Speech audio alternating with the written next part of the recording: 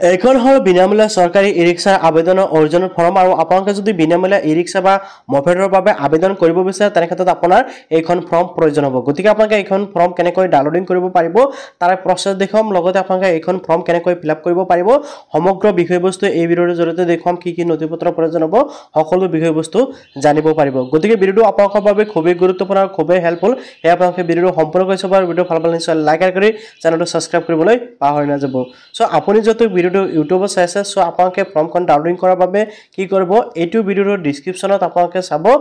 Telegram link plus আপোনালোকে YouTube চেনেলৰ link দুটা পাই যাব আৰু আপোনালোকে যিকোনো এটাৰ জৰিয়তে আপোনালোকে এইখন ফৰ্ম ডাউনলোডিং কৰি প্ৰিন্ট আউট কৰি ল'ব ঠিক আছে ফৰ্মখন প্ৰিন্ট আউট কৰাৰ পিছত আপোনালোকে কিন্তু ফৰ্মখন ফিল আপ কৰিব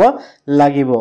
ফৰ্মখন ফিল আপ কৰাৰ পিছত কিন্তু আকৌ এইখন ফৰ্ম আপোনালোকে কি কৰিব লাগিব 1 ডিসেম্বৰ দিনাখনৰ পৰা আপোনালোকে এইখন ফৰ্ম অনলাইনত সাবমিট কৰিব লাগিব এইখন ফৰ্মৰ লগতে আপোনালোকৰ ফটো আইডি আধাৰ কাৰ্ড বা আপোনালোকৰ যিকেইটা নেকি প্ৰয়োজনীয় ডকুমেন্টছ সেই প্ৰয়োজনীয় ডকুমেন্টছ কেইটা কি কৰিব লাগিব এইখন ফৰ্মৰ সৈতে অনলাইনত সাবমিট কৰিব লাগিব সো আপোনালোকে ফৰ্মটো সকলোৱে ডাউনলোডিং কৰি মানে আপোনালোকে ফৰ্ম ফিল আপ কৰি ৰাখি থওক আৰু 1 ডিসেম্বৰ দিনাখন যেতিয়া নেকি আপোনালোকে অনলাইনত সাবমিট কৰিব লাগিব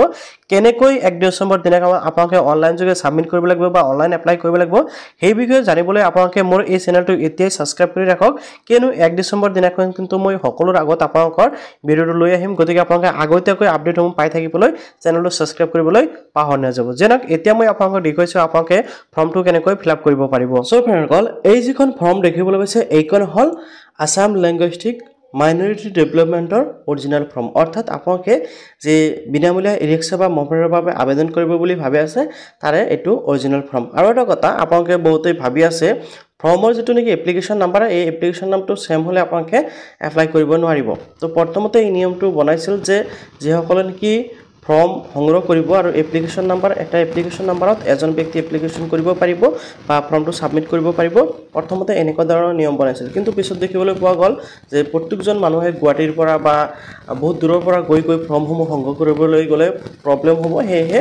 এই নিয়মটো সলনি কৰি দিছে যে মুঠতে আপোনাৰ ফৰ্ম এখন হলেই হল এই কথাখিনি আপোনালোকে হয়তো বহুতে নাজানিব পাৰে তো আপোনালোকে আপডেটটো নতুনকৈ জানি ল'ব যেনে এতিয়া আপোনালোকে আবেদন কৰাৰ বাবে কেনেকৈ আবেদন কৰিব তাৰে ফুল প্ৰসেছটো দেখুৱাইছো তো প্ৰথমতে চাওক আপোনালোকে to the member secretary Assam linguistic minority development board Borthakur mill road by lane number 7 house number হল 75 এনেকৈ অলুবাৰী গুৱাহাটী 7 বুলি উল্লেখ কৰিছে এতিয়া মেইন বিষয়টো লৈ আগবাঢ়িছো ওকে এতিয়া চাওক আপোনালোকে যি মফেড বা আপুনি ই-ৰিক্সাৰ বাবে আবেদন কৰিব নাম্বাৰ 1 যেটো অপচন আছে টিক অনলি অন দা ফ্লোইং ঠিক আছে আপোনালোকে ইয়াতে মফেডৰ বাবে আবেদন কৰিলে প্ৰথমটো টিক লগাব আৰু যদি আপোনালোকে সৰি ই-ৰিক্সাৰ বাবে আবেদন কৰিলে 1 নম্বৰ টিক লগাব আৰু মফেড হলে 2 নম্বৰত ওকে এতিয়া আপোনালোকে চাওক মই এই ডিটেইলছ একদম সহজভাৱে দি দিছো আপোনালোকে ধুনীয়াকৈ বুজি পাব তো 2 নম্বৰত আছে name in full block letter অৰ্থাৎ আপোনাৰ নামটো অৰ্থাৎ যাৰ বাবে আবেদন কৰিব সেইজনৰ নাম ব্লক লেটাৰ অৰ্থাৎ ডাঙৰ হাতৰ আখৰত আপোনালোকে ফিল কৰিব লাগিব দেন 3 নম্বৰত আহি গল আপোনাৰ এড্ৰেছত আপোনাৰ ভিলেজ বা টাউন আপোনালোকৰ যোনটো হয় আপোনালোকে এটো টিক লগাব বা আপোনালোকে তাৰ পিছত এতে ভিলেজৰ নামটো বা টাউনৰ নাম আপোনালোকে বহাব লাগিব তাৰ পিছত এতে 3 নম্বৰৰ দ্বিতীয় কলমত আছে পোষ্ট অফিস ওকে আপোনালোকে পোষ্ট অফিস নামটো লিখিব তাৰ পিছত আহি গল পিএস অৰ্থাৎ থানাৰ নাম পুলিশ ষ্টেচন আপোনালোকে পুলিশ ষ্টেচন নামটো লিখিব তাৰ পিছত ডেভেলপাৰ ব্লক বা টাউন কমিটি বা মিউনিচিপাল বোৰ্ড আপোনালোকে যেটো হয় আপোনালোকে হেতু দিব লাগিব ঠিক আছে যদি আপোনালোকে গাঁৱত বা খৰ কৰে তেনে আপোনালোকৰ ব্লকৰ নামটো লিখিব টাউনত বা আপোনালোকে থাকিলে টাউন কমিটি বা মিউনিচিপাল বোৰ্ডৰ নামটো আপোনালোকে দিব লাগিব তাৰ পিছত ডিস্ট্ৰিক্ট নেম তাৰ পিছত ইয়াতে আপোনালোকৰ পিন কোডটো দিব লাগিব এন্ড 4 নম্বৰত আপোনালোকে দেখিবলৈ আছে মোবাইল নাম্বাৰ আপোনালোকে মোবাইল নাম্বাৰটো এন্টাৰ কৰিব লাগিব অৰ্থাৎ আপোনালোকে বহাব লাগিব 5 নম্বৰত দেখিবলৈ আছে আধাৰ কাৰ্ডৰ নাম্বাৰ যাৰ বাবে আবেদন কৰিছে সেইজনৰ আধাৰ কাৰ্ড নাম্বাৰটো বহাব ইয়াতে আপোনালোকে 6 নম্বৰত আহি গল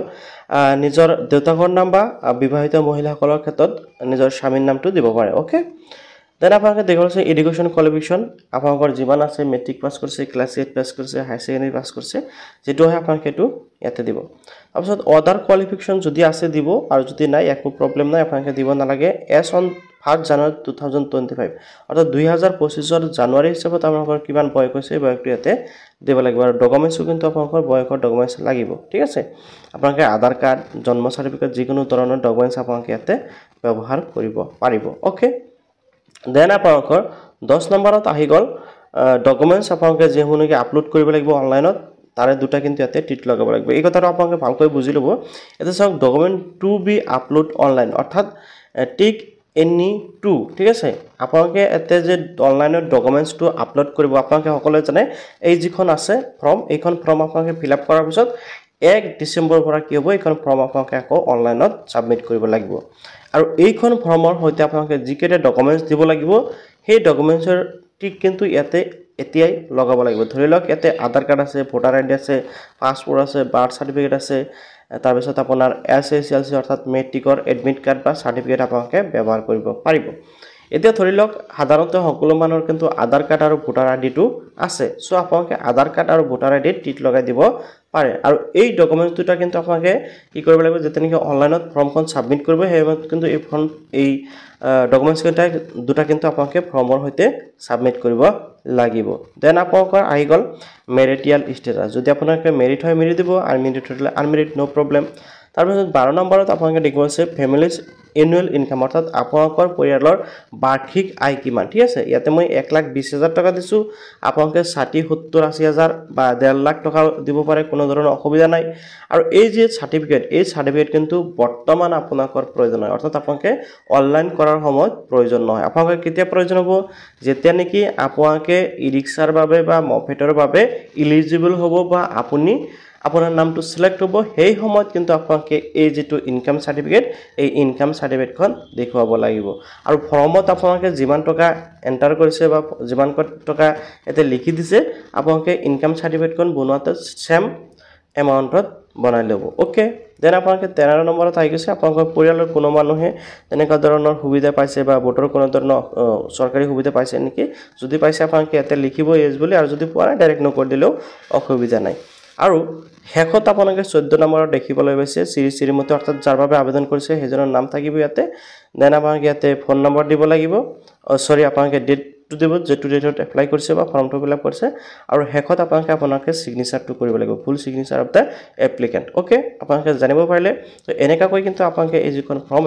আপোনালোকে সম্পূৰ্ণভাৱে ফিল আপ কৰি ৰেডি কৰি ৰাখক আৰু আপোনালোকৰ সুবিধাতে ফৰ্মখনৰ লিংক মই মোৰ টেলিগ্ৰাম আৰু হোৱাটছআপত দি ৰাখিছো আপোনালোকে সকলোৱে নিশ্চয় ইতিমধ্যে জানিব পাৰিছে আশা কৰিছো নিশ্চয় আপোনালোকে ভালকৈ বুজি পালে যে আপোনালোকে যিখন কি মাইনৰিটি ফৰ্ম বা যিখন কি ই-ৰিক্সা বা মফেটৰ ফৰ্ম হেখন কেনেকৈ ফিল আপ কৰিব পাৰি এতিয়া আপোনালোকে ফৰ্মটো ফিল আপ কৰাৰ পিছত জাস্ট আপোনাৰ হাতত ৰাখত আৰু যিকেটা ডকুমেণ্টছৰ কথা মই ফৰ্মত উল্লেখ কৰিছো বা ফৰ্মত দি আছে এইকেটা ডকুমেণ্টছ আপোনালোকে হাজু কৰি ৰাখক ঠিক আছে তো এইকেটা ডকুমেণ্টছ লগত লৈ লগতে ফৰ্ম যিখন পাইছে এইখন ফৰ্ম আপোনালোকে কি কৰিব লাগিব আকৌ 1 ডিসেম্বৰৰ পৰা আৰম্ভ কৰি কেদিনমান সময় দিব 21 ডিসেম্বৰৰ বা 10-15 দিন এটা সময় দিব সেই সময়ৰ ভিতৰত আপোনালোকে এইখন ফৰ্মৰ হৈতে যিকেটা